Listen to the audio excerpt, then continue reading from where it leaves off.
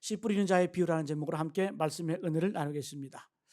성경을 보게 되면 예수님께서 많은 진리의 말씀 또 교훈들을 우리에게 가르쳐주고 계십니다. 특이한 것은 예수님께서는 우리에게 말씀 전해 주실 때에 비유로 하신 말씀이 상당히 많아요. 비유로. 그래서 이 마태, 마가, 누가, 요한 이 사복음서에 예수님의 비유가 몇 개 정도 나올까? 약 40개, 41개 정도가 예수님의 비유가 등장을 합니다. 우리는 이제 오늘부터 한 40여 주에 걸쳐서 예수께서 말씀하신 이 진리의 말씀들을 하나하나 묵상해 나갈 텐데 다 비유입니다. 예수님의 비유입니다. 우리는 궁금하죠? 예수님께서는 왜 하늘의 진리를 그대로 말씀하지 않으시고 비유로 말씀하셨을까? 왜 비유로 말씀하셨을까? 두 가지로 간단하게 요약합니다. 첫 번째는 인간 언어의 한계 때문에 비유로 말씀하시는 겁니다. 여러분, 진리는 천국은 너무 커요. 너무 위대합니다. 그래서 우리가 이 천국을 설명할 때 천국은 무엇이다라고 이렇게 말할 수가 없어요. 그래서 예수님조차도 마치 무엇과 같다, 마치 무엇과 같다 이렇게 비유로 말씀하시는 거예요. 여러분, 요한계시록에 보게 되면 수많은 상징 언어들이 나오잖아요. 요한계시록 읽다 보면 너무 어려워. 상징적인 언어들이 많아서 일곱 촛대, 일곱 별, 두루마기, 흰말, 검은 말. 왜 그럴까요? 여러분, 하나님의 비밀들은 인간의 개념, 인간의 언어로 완벽하게 규정해낼 수 없기 때문에 비유로 말씀하시는, 상징으로 말씀하시는 거예요. 여러분, 천국을 한번 보세요. 천국은 우리 집 안방이 아니잖아요. 설명하기 힘들어요. 어떻게 설명할 거예요? 그래서 주님께서는 친절하게 우리에게 비유로 말씀하시는 겁니다. 여러분, 사도 바울도 천국을 경험했잖아요. 3층 천을 올라갔다 온 사람이에요. 천국을 본 사람이에요. 근데 그도 자기가 본 천국을 간단하게 설명만 하지 자세하게 말하지 않습니다. 그리고 그게 중요한 게 아니다 이렇게 얘기를 해요. 왜? 우리 인간의 눈으로 볼 수 있는 것, 우리의 영으로 볼 수 있는 것은 한계가 있기 때문에 그래요. 다 볼 수 없어요. 네? 여러분, 그래서 우리가 신앙생활을 하면서 어떤 체험을 절대시하는 것 금물이에요. 우리의 체험이 완벽할 수가 없어요. 사도 바울도 우리가 지금 보는 것은 희미한 거다. 지금은 내가 희미하게 보지만 그때 주님 만나는 그날에는 내가 주님을 페이스 투 페이스 맞대고 보리라. 주님을 맞대고 올 것이다. 그래서 여러분, 우리가 지금 보는 것, 지금 우리가 느끼는 것, 또 우리가 체험하는 것들은 완벽하지 않기 때문에 주님께서도 오늘 이 말씀 천국 비유를 하시면서 비유로 말씀하신 거예요. 비유로 말씀하신 거예요. 기독교 역사 속에서 천국을 제일 많이 갔다 온 사람이 누굴까요?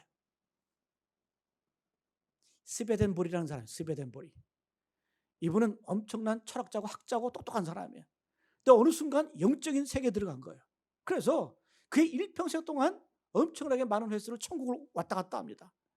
제가 그 기록한 책을 한번 읽어봤는데 뭔 소리인지 잘 모르겠어요. 근데 여러분, 그 많은 체험들을 기록을 했어도 기독교 역사에서는 그 스베덴보리를 이단으로 규정을 합니다. 왜? 인간의 체험 이런 것들은 다 언어로 담을 수가 없어요. 여러분, 동양에서도 제가 대학 다닐 때 수업 다 기억나지 않지만 정말 제가 3학년 때 2학기 때 배운 그 노자, 도덕경, 노장사상이 어렵기 때문에 3학년쯤 돼야 철학과에서도 노장사상을 배웁니다. 그때 도덕경의 첫 번째 구절이 뭐냐? 도가도는 비상도요, 명가명은 비상명이라, 무명은 천지지시요, 유명은 만물지모라. 도가도 비상도, 도라 할 수 있는 도는 진짜 도가 아니라는 거예요. 참도가 아니라는 거예요. 명가명, 우리가 이름 붙인 것, 이름 할 수 있는 것, 진짜 이름이 아니라는 거예요. 어려우세요? 자, 제가 한번 말씀해볼게요. 질문해 볼게요. 노래 가사 중에 사랑이 무엇이냐고 물으신다면 정확하게 하시네. 눈물의 씨앗이라고 말하겠어요. 그럼 여러분, 사랑이 눈물의 씨앗입니까? 사랑이라고 하는 큰 의미는 눈물의 씨앗이라고 하는 것 단 한 가지 표현으로 우리가 다 담을 수가 없어요. 그런 뜻이라는 거죠. 여러분, 진리라고 하는 것, 천국이라고 하는 것도 우리 인간의 언어, 인간의 개념으로 다 담을 수 없기 때문에 주님께서도 천국은 마치 머뭇과 같다. 이렇게 비유로 말씀하시는 겁니다. 그래서 우리는 성경이 말씀하시는 것만큼만 나가야 돼요. 그래서 성경이 보여주는 것만큼만 나가야 돼요. 이게 신앙의 모습입니다. 자, 두 번째, 예수께서는 왜 비유로 말씀하셨을까? 두 번째 이유는 이해하기 쉽게 하기 위해서 비유로 말씀하셨습니다. 어려운 것을 쉽게 하시기 위해서 비유로 말씀하셨어요. 자, 보세요. 하나님이 우리를 사랑하십니다. 아멘을 안 하시네. 하나님이 우리를 사랑하십니다. 근데 가슴에 와닿아요? 잘 안 와닿아요. 그래서 주님께서는 탕자의 비유를 말씀하신 거예요. 그 아버지가 집 나간 그 아들, 허랑방탕하게 집 나갔던 그 아들이 돌아올 때 신발 빠지고 쫓아가서 목을 껴안고 입을 맞추고 허그하면서 내 아들아, 내 아들아. 이런 비유로 말씀하시니까 금방 다가오잖아요. 하나님의 사랑이, 아버지의 사랑이. 그래서 비유로 말씀하시는 거예요. 쉽게 설명하기 위해서. 선하게 살아라 명령하시잖아요. 이게 와닿습니까? 주님께서는 선한 사마리아인, 부자와 거지 나사로, 그런 비유를 통해서 우리가 선하게 사는 것이 어떤 것이다 이렇게 보여주고 계십니다. 쉽게 설명하기 위해서 보여주고 계십니다. 여러분, 우리가 오늘부터 이제 예수님의 비유를 한 가지 한 가지 보게 되는데, 오늘 마태복음 13장에는 천국 비유 7가지가 나와요. 오늘 첫 번째로 씨 뿌리는 비유, 그 다음에 알곡과 가라지 비유, 겨자씨 비유, 누룩의 비유, 그 다음에 감추인 보화, 그물 비유, 새것과 옛것의 비유가 쭉 나오는데, 대부분은 뭐예요? 농사 짓는 걸로 비유하셨어요. 그 다음에 고기 잡는 것으로 비유하셨고, 또 장사하는 것, 이런 모습으로 천국을 비유하고 계세요. 얼마나 쉽습니까? 보통 사람들, 여러분, 부족한 사람들도 주님의 이 말씀을 들으면 천국 이해가 가는 거예요. 아, 천국은 이렇게 만들어지는 거구나. 천국은 우리 가운데 이렇게 이루어지는 거구나. 이렇게 이해가 가는 거예요. 그래서 예수님께서는 비유로 친히 우리에게 말씀해주고 있습니다. 그래서 비유는 뭐다? 천국의 의미를 담는 지상의 이야기입니다. 여러분, 주님께서 천국 말씀하실 때 뭐 딴 거 갖고 얘기하셨어요? 다 우리가 아는 것, 이걸 가지고 천국은 이렇게 이루어지고 이렇게 만들어지는 거다, 이렇게 말씀해주고 있습니다. 오늘 예수님의 첫 번째 천국 비유인데요, 씨 뿌리는 자의 비유입니다. 씨 뿌리는 자의 비유. 주인공은 씨 뿌리는 자예요. 그럼 씨 뿌리는 자는 누굴까? 하나님이세요. 하나님. 농부이신 하나님이 씨를 뿌리세요. 그럼 그 씨는 뭘까요? 씨는 천국 복음을 말하는 거예요. 예수님 자신을 말하는 거예요. 천국의 씨앗을 말하는 거예요. 자, 그러면 4가지 밭이 나오죠. 길가, 돌밭, 가시밭, 좋은 땅. 이건 누굴 말할까요? 우리의 마음의 상태를 말하는 거예요. 그래서 이 3가지를 분명히 정확하게 아시고 말씀을 읽으셔야 이해가 갑니다. 씨 뿌리는 자는 하나님이세요. 그리고 씨는 우리에게 주어지는 천국 복음, 하나님 나라의 말씀을 말하는 거예요. 그리고 길가, 돌밭, 가시밭, 좋은 땅은 바로 우리의 마음 상태를 말하는 겁니다. 자, 이 비유를 통해서 저는 이 말씀 준비하면서 가장 은혜되는 게 이거였어요. 아, 천국의 씨, 천국 복음은 모든 사람에게 차별 없이 주어지는구나. 모든 사람에게 다 주시는 하나님의 보편적인 은혜는구나. 그게 느껴지더라고요. 여러분, 씨 뿌리는 자, 농부가 씨를 뿌려요. 또 오늘 말씀 보니까 길가에도 뿌리고, 돌밭짝에도 뿌리고, 가시밭에도 뿌려버리고, 잡초가 무성한데도 좋은 땅에 뿌리는 건 당연하고. 여러분, 이게 말이 됩니까? 농부가 바보예요? 길가에다 뿌리게, 길바닥에다가 딱딱한. 여러분, 이게 하나님의 마음이라는 거예요.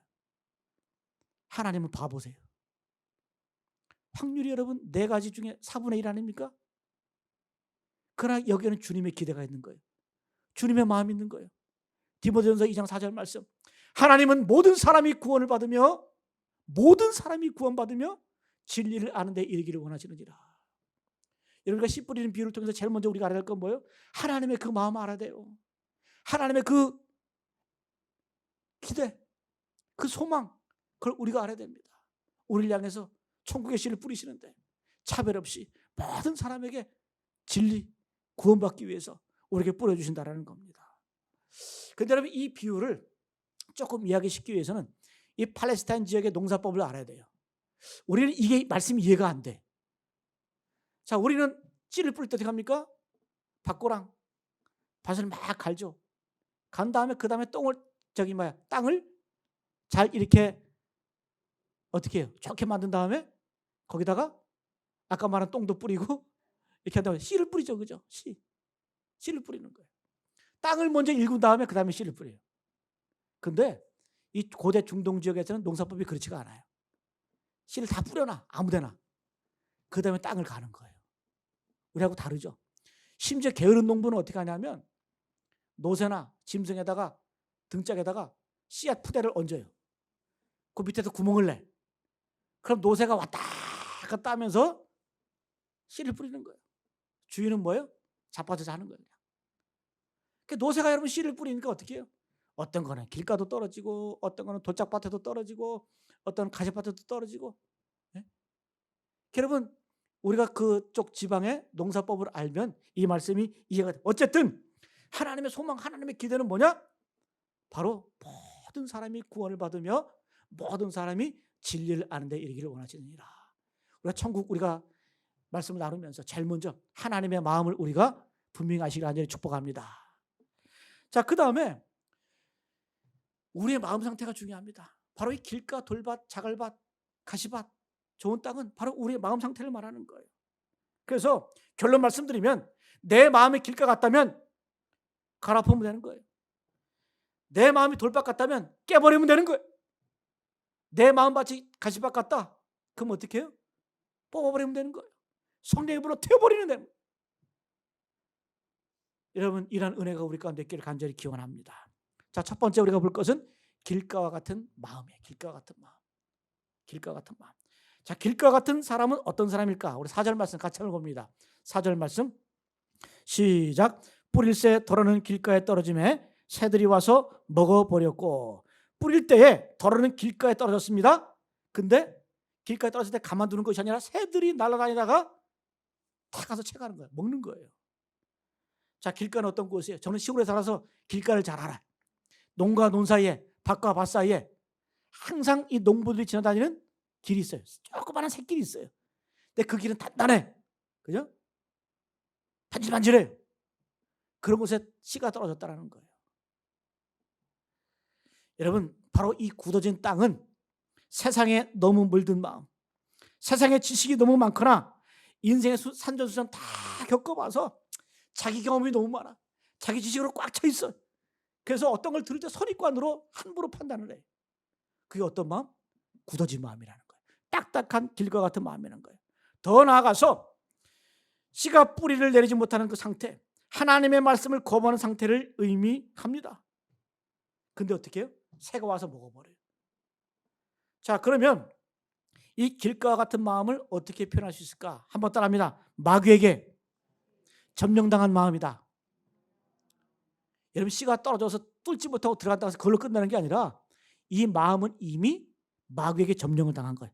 자, 오늘 말씀 4절 같이 한번 읽습니다. 다시 한번요. 시작. 새들이 와서 먹어버렸다라고 이렇게 말씀을 하죠. 그죠? 우리 19절로 넘어가요. 이 새가 뭘 의미하는지 19절. 예수님이 해석해 주시는데요. 19절 같이 한번 읽습니다. 시작. 아무나 천국 말씀을 듣고 깨닫지 못할 때는 악한 자가 와서 그 마음에 뿌려진 것을 빼앗나 이는 곧 길가에 뿌려진 자요. 누구라고요? 새가? 악한 자. 악한 자. 이 씨 뿌리는 비유는 마태복음 13장, 마가복음 4장, 누가복음 8장에 공관복음에 똑같이 기록되어 있어요. 그런데 이 마가복음 4장에는 이 새를 뭐라 그러냐? 사단이라고 그래요. 사단. 그리고 누가복음 8장 12절은 마귀라고 표현해요. 그 새는 뭐예요? 악한 자, 마귀, 사단을 말하는 겁니다. 여러분, 우리가 이 말씀 통해서 주시는 교훈이 뭐예요? 악한 마귀, 사탄 마귀는 우리에게 올 때 어떤 흉측스러운 모습, 흉한 모습, 그런 모습으로 온다는 게 아니에요. 마귀가 어떻게 역사하는 줄 아세요? 하나님의 말씀을 못 듣게 해요. 그게 마귀의 역할이에요. 하나님의 말씀의 귀를 닫게 만들어요. 왜? 하나님의 말씀이 떨어지면 능력을 받아요. 열매를 거둬요. 우리가 변화가 돼요. 여러분, 우리가 교회 다니면서 신앙생활하면서 뭐 때문에 여러분들이 변화됩니까? 말씀 듣고 변화되는 거 아니에요? 저는 그런 분들 많이 봤어요. 말씀 듣고 변화되었습니다. 깨닫게 되었습니다. 느리고 더디지만 말씀이 신겨질 때마다 변화가 되더라고요. 이런 마귀는 우리의 변화를 싫어해요. 하나님의 능력을 더 입는 걸 싫어해요. 어떻게 해서든 말씀을 듣지 못하게 만들어요. 예? 그래서 여러분 설교도 여러분들이 조는 것은 목사의 책임이에요. 중간쯤에 조는 것은 목사 책임이에요. 아예 처음부터 조는 것은 이건 마귀 책임이에요. 왜? 이미 점령당하기 때문에 듣고자 하는 마음이 없는 거예요. 관심이 없는 거예요. 근데 잘 듣다가 중간에 좀 졸기 시작한다. 그럼 목사 책임인 거예요. 여러분 책임 아니에요? 너무 자책하지 마세요. 눈 뜨세요. 여러분 그렇습니다.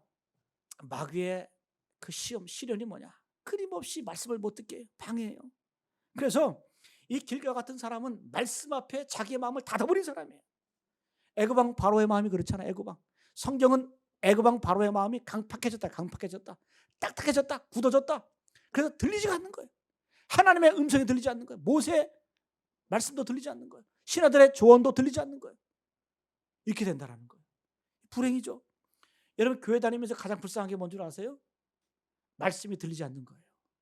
그것처럼 불쌍한 게 없어요. 그것처럼 불행한 게 없어요.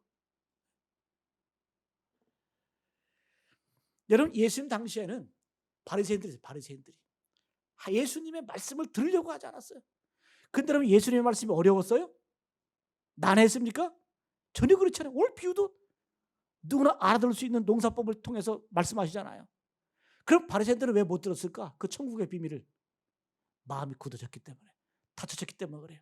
주님이 지적하세요. 자, 한번 보세요. 14절 15절 말씀 같이 한번 읽습니다. 14절 말씀 14절 먼저 시작. 이사야의 예언이 저에게 이루었으니 일러스되 너희가 듣기는 들어도 깨닫지 못할 것이요 보기는 보아도 알지 못하리라. 이 말씀 이해가 안 되죠? 예수님의 말씀이 뭐 이렇게 어려운 것도 아닌데 왜 이들은 듣기는 들어도 듣지 못하고 보기는 보아도 볼 수 없었을까? 그 이유가 그 다음 절 15절에 있어요. 15절 시작. 이 백성들의 마음이 완악하여져서 그 귀는 듣기에 둔하고 눈은 감았으니 이는 눈으로 보고 귀로 듣고 마음으로 깨달아 돌이켜 내게 고침을 받을까 두려워함이라 하였느니라. 이 백성들의 마음이 완악해진 거다. 마음의 문제라는 거예요. 듣고 안 들리고는 누구의 문제다? 마음의 문제라는 거예요. 마음의 문제. 바리새인들의 어떤 마음? 교만한 마음. 교만하니까 안 들리는 거예요. 여러분 저는 이 교만한 것과 겸손한 것의 차이는 듣는 자세에서 나온다고 생각을 해요. 듣는 자세. 네? 교만한 사람은 귀가 열렸어도 뚫렸어도 들리질 않아요. 왜? 교만이 뭡니까? 내가 너보다 낫다. 내가 너보다 잘났다. 배운 게 더 많다. 이게 뭐가 들리겠어요? 배울 게 없는 거죠. 반면에 겸손한 사람은 내가 만나는 모든 사람을 스승으로 모셔요. 네? 여러분 공자님도 말씀하셨잖아요. 삼인행 필리와서라. 3명이 걸어가면 항상 그 중에 스승이 있다. 배워라. 듣고 배워라. 이렇게 얘기를 하잖아요.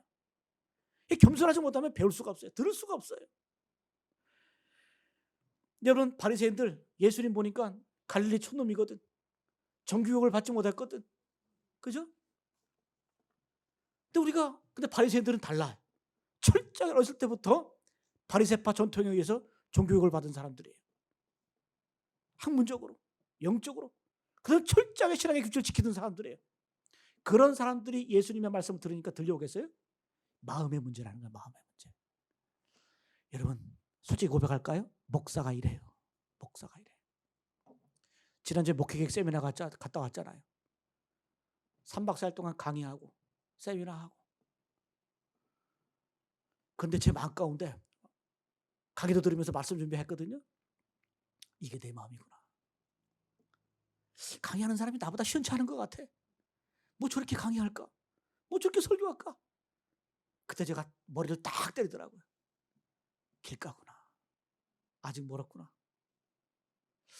여러분 이거 도둑놈 신부 아니에요? 목사들의 마음과도 어떤 마음이 있어요? 설교할 때 성도들이 잘 들어주길 바라요. 와서 말씀을 듣고 깨닫고 열심으로 듣기를 원해요. 근데 지는 남들이 강의하고 설교할 때 딴짓 하거든. 인터넷 검색하고 그랬어. 아직까지 길까? 아직 멀었어. 교만한 거예요. 교만하면 약도 없어요. 사람이 망하는 길 세 가지라 그랬죠? 죄 지으면 망해요. 게으르면 당연히 망해요. 교만하면 망해요. 그래도 죄와 게으름은 사람이 서서히 망해. 근데 교만은 망하는지도 몰라요. 약도 없어요. 순식간에 망해. 잠언서 10장 18절 말씀. 교만은 패망의 선봉이요 거만한 마음은 넘어집의 앞잡이니라. 왜 망할까요? 교만하기 때문에 어떤 말씀이 들리면 튕겨내버리는 거예요. 튕겨내버리는 거예요. 뭔 희망이 있겠어요, 그런 사람 가운데. 여러분, 길가는 또 뭐다? 무관심이에요. 무관심. 아무리 교회에 와도 자동적으로 기계처럼 교회 왔다 갔다 해. 교회 문지방만 많이 밝아서 교회 문지방이 반질반질해. 근데 관심이 없어요. 기계처럼 습관화된 그런 믿음. 여러분, 그렇게 되면 어떻게 되는 줄 아세요? 죄에 대해서 무감각해져요. 심판의 경고가 있음에도 아랑곳하지 않아요. 노아의 때가 그랬어요. 노아 때 120년 동안 유예 기간이 있었잖아요. 그러면 노아가 얼마나 많이 외쳤겠어요? 하나님이 선지자나 많은 사람들 보내서 얼마나 회개를 말씀하셨겠어요? 그러나 120년 동안 기가 막힌 거예요. 듣지 못하는 거예요. 소돔과 고모라, 여러분, 아브라함을 통해서 주님께서 얼마나 그들을 고치기를 원하셨어요. 의인이 50 있으면, 45명이 있으면, 40명이 있으면 안 되잖아요. 왜? 길가처럼 멸망의 지름길이라는 거예요. 여러분, 우리 마음 가운데 이런 마음이 있다고 한다면 오늘 이 시간 회개하시고 갈아엎으시길 간절히 축복합니다. 두 번째, 돌밭과 같은 마음이에요. 돌밭. 5절 6절. 이 돌밭은 뿌리가 없는 신앙을 말합니다. 5절 6절 같이 한번 읽습니다. 시작. 더러는 흙이 얕은 돌밭에 떨어짐에 흙이 깊지 아니하므로 곧 싹이 나오나 해가 돋은 후에 타서 뿌리가 없으므로 말랐고. 이 말씀을 예수님이 해석해 주시는데 20절로 넘어갑니다. 20절 21절 예수님의 해석. 시작. 돌밭에 뿌려졌다는 것은 말씀을 듣고 즉시 기쁨으로 받되 그 속에 뿌리가 없어 잠시 견디다가 말씀으로 말미암아 환난이나 박해가 일어날 때 곧 넘어지는 자요. 그죠? 여기서 말하는 이 햇볕은 박해, 환난을 말하는 거예요. 예수님이 설명해 주셨어요. 자, 즉시 말씀이 떨어질 때 기쁨으로 받아. 감동해. 여러분, 이 신앙은 충동적인 신앙이에요. 더 심하게 말하면 발작적인 신앙. 충동적인 신앙.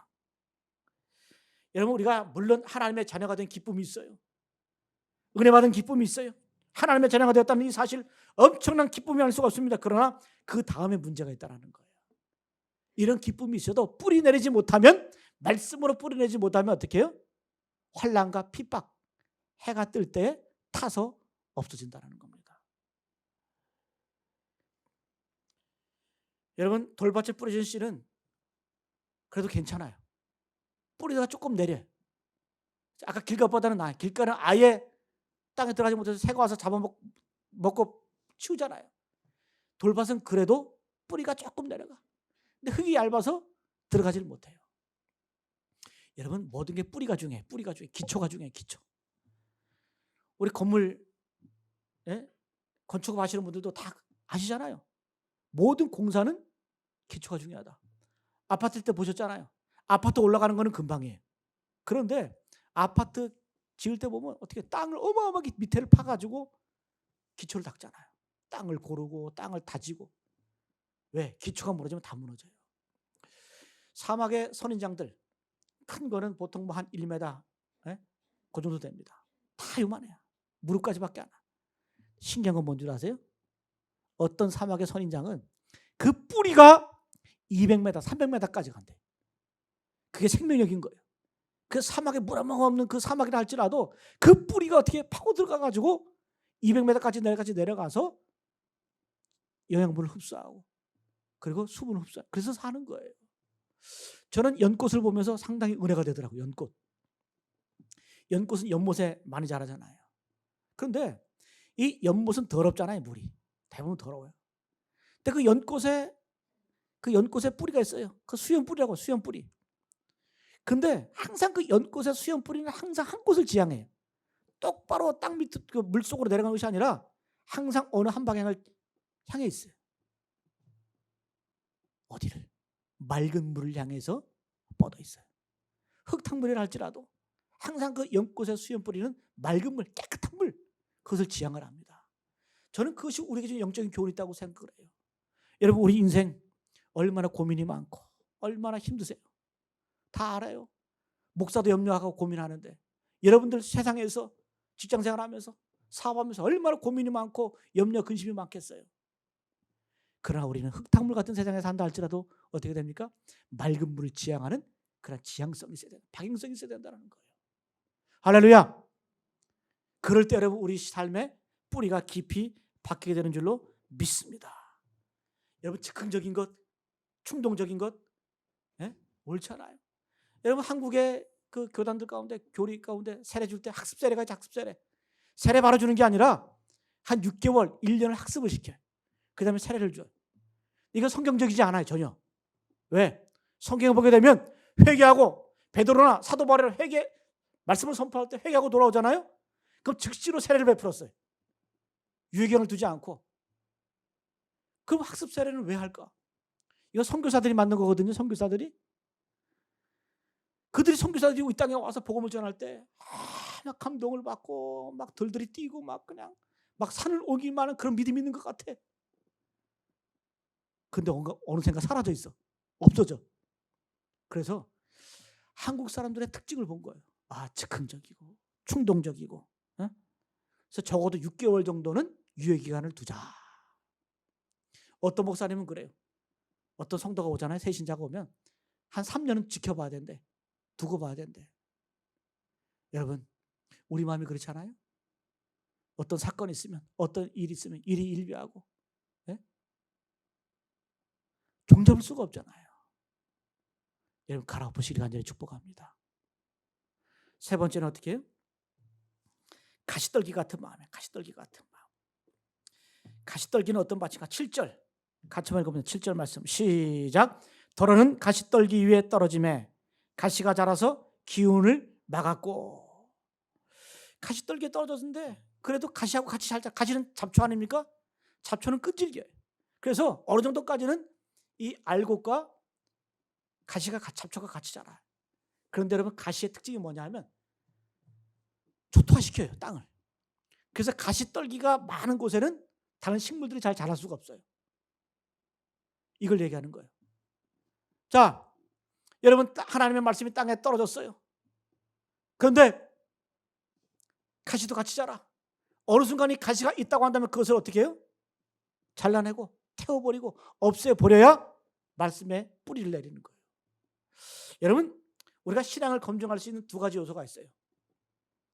시련과 시간이에요. 다시로 시작을 해요. 시간과 시련. 여러분, 시간이 지나면서 신앙도 시험이 와요. 시련을 당해요. 그럼 뿌리가 없으면 넘어지고 배반해요. 조금만 어려우면 사람 원망하고 교회 원망, 하나님 원망해요. 여러분, 그래서 영적 근육이 생기려면 우리가 물이 끓을 때도 임계점이라는 게 임계점. 절대 여러분 99도에도 물이 안 끓어. 100도가 딱 그 임계점에 딱 도달해야 물이 끓습니다. 우리의 신앙도 거기까지 도달해야 열매를 맺는다라는 거예요. 그 다음에 여러분, 영적 근육이라는 게 영적 근육. 운동하시는 분들 얘기 들어보니까 이 헬스할 때, 헬스할 때 그 근육이 생길 때는 막 힘들 때, 한계점에 도달했을 때 그때 대부분 쉰대요. 근데 근육이 안 생겨요. 그 한계점을 극복을 해야 그때 고통을 이기고 근육이 생긴다는 거예요. 여러분, 영적인 근육도 마찬가지입니다. 여러분, 가시가 막았다는 얘기는 뭐예요? 가시가 막으면 숨이 막혀요. 식물이 자라서 노랗게 돼. 영어 성경에 보게 되니까 가시가 기운을 막았다는 이 표현을 여러분, 초크. 여러분, 레슬링 같은 거 할 때 안바 뭐 이렇게 팔 걸어져 뭐 네이키드 초크라고 그러잖아요. 숨 막히게 막 이게 탭 받잖아요. 항복 받고 그러잖아요. 그죠? 그게 기운을 막는 거라. 그게 기운을 막는 거라는 거예요. 자, 그럼 이 가시는 성경에서는 뭐라고 말할까? 가시. 오늘 이 마태복음에서는 이 가시를 이렇게 말합니다. 세상의 염려와 재물의 유혹이라고 정의합니다. 마가복음에서도 이 가시를 세상의 염려와 재물의 유혹. 누가복음에도 똑같이 얘기를 해요. 그래서 가시는 뭐예요? 세상의 염려와 재물의 유혹이에요. 마가복음은 한 가지 더 첨가해요. 세상의 쾌락을 거기다 또 플러스 하나 더 하고, 누가복음에서 하나씩 더 하는데 기타 욕심을 더합니다. 자, 그래서 공가복음을 다 종합하면 이 가시는 뭐와 같다? 세상의 염려와 재물의 유혹, 그리고 세상의 쾌락들, 그리고 기타 욕심이 가시가 되어서 우리가 자라지 못하게 하고 우리 영적인 기운을 막아버린다는 거예요. 첫 번째, 여러분 짧게 한번 볼게요. 이 세상의 염려. 염려는 열매 맺지 못하게 해요. 집중하지 못하게 해요. 염려, 헬라어 메림네올은 무슨 뜻이냐면 물어뜯다, 찢는다, 쪼갠다 그런 뜻이에요. 여러분이가 염려가 깊어지면 어떤 마음이 들어요? 가슴이 막 타잖아요. 쪼개지는 것 같잖아요. 애가 끓잖아요. 애가 창자 안에 창자? 애가 끊어지잖아요. 이게 염려, 쪼개는 거예요. 염려. 여러분 근심이 쌓이면 어떻게 돼요? 이렇게 된다는 거예요. 영화 여러분 워리, 근심, 걱정, 이것도 뜻이 뭐냐? 날카로운 이빨로 갈기갈기 뜯는다, 그런 원뜻이 있어요. 여러분 염려하면 어떻게 돼요? 염려하게 되면 집중하지 못합니다. 열매를 못 맺지 못해요. 그래서 성경은 계속해서 하는 얘기가 뭐예요? 너희는 마음에 근심하지 말라. 하나님을 믿으니 또 나를 믿으라. 무엇을 먹을까? 무엇을 마실까? 무엇을 입을까? 염려하지 말라. 내가 염려한들 키를 한 자라도 더 할 수 있느냐? 없다. 너희 염려를 다 주께 맡기라. 염려는 맡기는 거예요. 처리할 수 있는 게 아니에요. 여러분 우리 병의 대부분의 원인이 뭔 줄 아세요? 스트레스. 염려, 근심이에요. 염려, 근심. 제가 말씀드렸잖아요. 우리 신체 기관 가운데 이 염려를 처리할 수 있는 기관이 없어요. 소화는 위가 시키고 대장이 시키잖아요. 우리의 독극물이 들어오면, 불순물이 들어오면 간이 해독시키잖아요. 알코올이나 이런 것들. 노폐물이 들어오면 신장이 걸러내잖아요. 근데 우리 염려를 해결할 수 있는 신체 기관은 없어요. 그래서 성경은 뭐예요? 염려는 맡기는 거예요. 염려는 맡기는 거예요. 네? 왜 그럴까요? 염려하면 절대 신앙이 자라지를 않기 때문에 그렇습니다. 저는 목회자로서 성도님들 바라보거든요. 근데 어떤 분들을 바라볼 때 오늘 말씀처럼 이분은 30배, 60배, 100배의 결실을 맺을 수 있는 분이야. 근데 사는 거 보면, 열매를 보면 100% 아니면 10%밖에 열매를 못 맺어. 20%밖에 쓰임 받지 못해. 가시가는 유혹이 뭔지 아세요? 우리의 포텐셜, 가능성, 잠재력을 막아버려요. 기운을 막아버려요. 여러분 인생 가운데 염려가 있다고 한다면 떨쳐내시길 간절히 축복합니다. 할렐루야. 그래서 여러분 한번 따라하세요. 방법을 구하지 말고 은혜를 구하라. 우리 이 땅을 살아가면서 어떤 문제가 있으면 저도 마찬가지예요. 목회할 때 어떤 문제가 있고 어떤 도전이 있으면 자꾸 방법을 찾아. 어떻게 교회를 부흥시킬까? 근데 그게 아니더라고요. 은혜를 구하는 거더라고요. 은혜를 구하는 거. 은혜를 구하면, 은혜가 충만하면 방법이 보여요. 우리 거꾸로 사는 거예요. 자꾸 여러분 인생을 살아가면서 방도 찾지 마세요. 어떻게 할까? 이렇게 할까? 저렇게 할까? 아니, 그때마다 기도하세요. 말씀으로 묵상하세요. 그 어떻게 은혜가 충만히 모아야 되면 방법은 저절로 보이는 겁니다. 이미 여러분 이 땅을 세상을 살아봤기 때문에 다 알아요. 방법은. 몰라서 우리가 고민하는 거 아니에요. 염려하는 거 아니잖아요. 왜 염려해요? 은혜가 없기 때문에. 은혜가 없기 때문에. 여러분 은혜를 구하시길 간절히 기원드립니다. 네? 방법을 찾지 말고 은혜를 찾아라. 여러분 기독교 역사 가운데서도 교회가 이것 때문에 무너지잖아요. 지금 오늘날의 서구 기독교, 언제부터 기독교가 쇠락을 합니까? 은금이 많아지고 풍성해지고 소산이 많아지고, 한국 교회도 마찬가지예요. 그만큼 여러분 이 세상의 염려뿐만 아니라 재물의 유혹도 우리의 기운을 막는 그런 역할을 한다는 거예요. 여러분 이 재물, 돈이라고 주님께서 말씀하셨잖아요. 사람이 두 주인을 못 섬긴다. 재물을 섬기든가 하나님을 섬기든가. 그러니까 이 재물이라고 하는, 돈이라고 하는 것이 우리의 신이 될 만큼, 경배 대상이 될 만큼 막대한 파워가 있다는 거예요. 제가 질문할게요. 물보다 진한 게 뭐예요? 피. 피보다 진한 게 있어요. 돈이에요. 여러분 형제간에 왜 싸우고 왜 깨집니까? 피로 나눈 형제인데 돈이 더 세요. 돈 때문에 깨지잖아요. 돈 때문에 무너지잖아요. 주님 말씀하세요. 너희가 재물과 하나님을 겸하여 섬길 수 없다. 그래서 저는 잠언의 아굴의 기도를 참 좋아하거든요. 우리가 돈이 있거나 없거나 이 자세가 중요해요. 잠언 30장 7절 9절 말씀. 나로 가난하게도 마옵시고 부하게도 마옵시고 오직 필요한 양식으로 내게 먹이시옵소서. 여러분 이 사람이라고 돈에 욕심이 없을까요? 부함에 대한 욕구가 없을까요? 그러나 기도를 이렇게 기도하는 거예요. 나로 가난하다고 마옵시고 부하게도 마옵시고 오직 필요한 양식으로 내게 먹이시옵소서.